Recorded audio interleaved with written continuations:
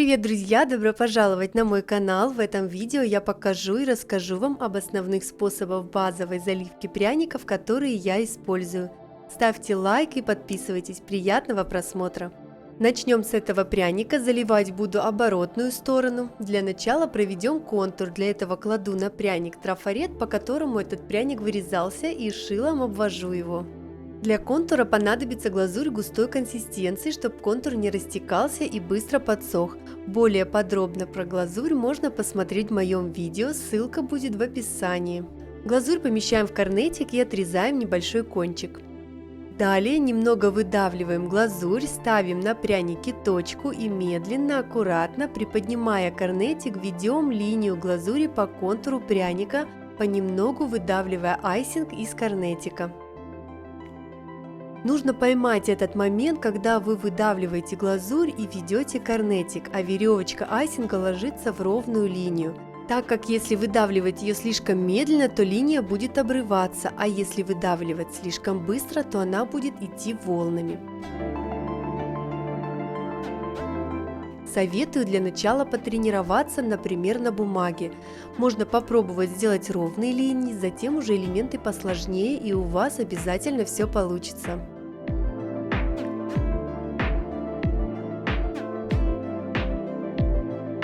Все неровности и стыки на контуре сглаживаем шилом или влажной кистью.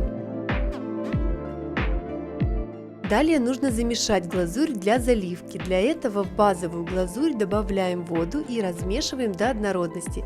Заливать пряник буду глазурью жидкой консистенции, а именно 5-секундной. Более подробно можно посмотреть в моем видео про глазурь, ссылка в описании.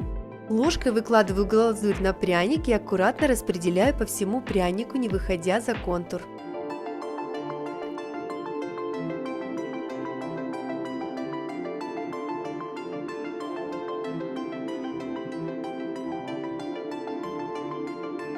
В местах, где глазури маловато и пряник просвещается, добавляю еще немного ее и также аккуратно распределяю.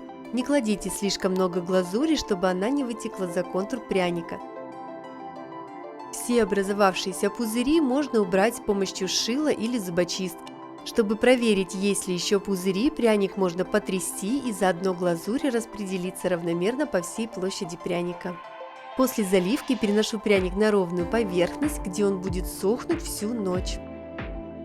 Для следующего варианта базовой заливки понадобится глазурь еще более жидкая, чем предыдущая консистенция. Такую глазурь я использую для покрытия фигурных пряников в качестве фона. Наношу глазурь на пряник с помощью вот такой широкой кисти и аккуратно распределяю. Чем прозрачнее хотите сделать фон у пряника, тем жиже делайте глазурь. Такую глазурь для фона также можно окрасить в любой нужный цвет. Если пряники вы делаете для топперов на торт, то рекомендую окрашивать их не только спереди, но и по бокам, а лучше со всех сторон. Так топперы на торте будут смотреться более аккуратно и гармонично.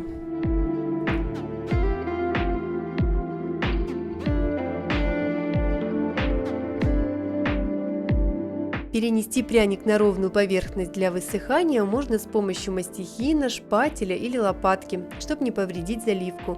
Сохнет такой тонкий слой глазури быстро, час или два в зависимости от влажности воздуха.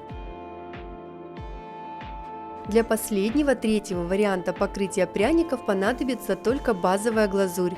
Это будет грунтовка. Выкладываю глазурь из контейнера на пряник и при помощи мастихина распределяю. Вы можете это сделать шпателем или обычным ножом. Предварительно глазурь можно перемешать.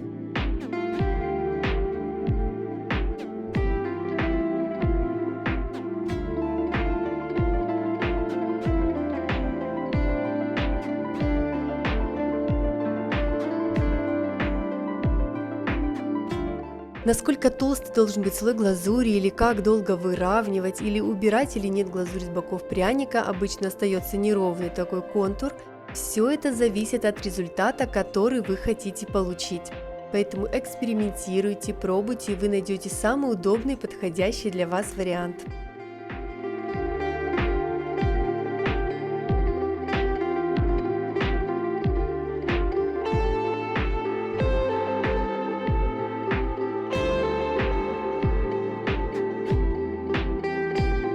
Такие 3 способа базового покрытия пряников я использую. Если у вас остались какие-то вопросы, задавайте их в комментарии. Благодарю за просмотр, надеюсь, видео вам понравилось и было полезным. Подписывайтесь на мой канал, впереди еще много интересного. Всего вам доброго!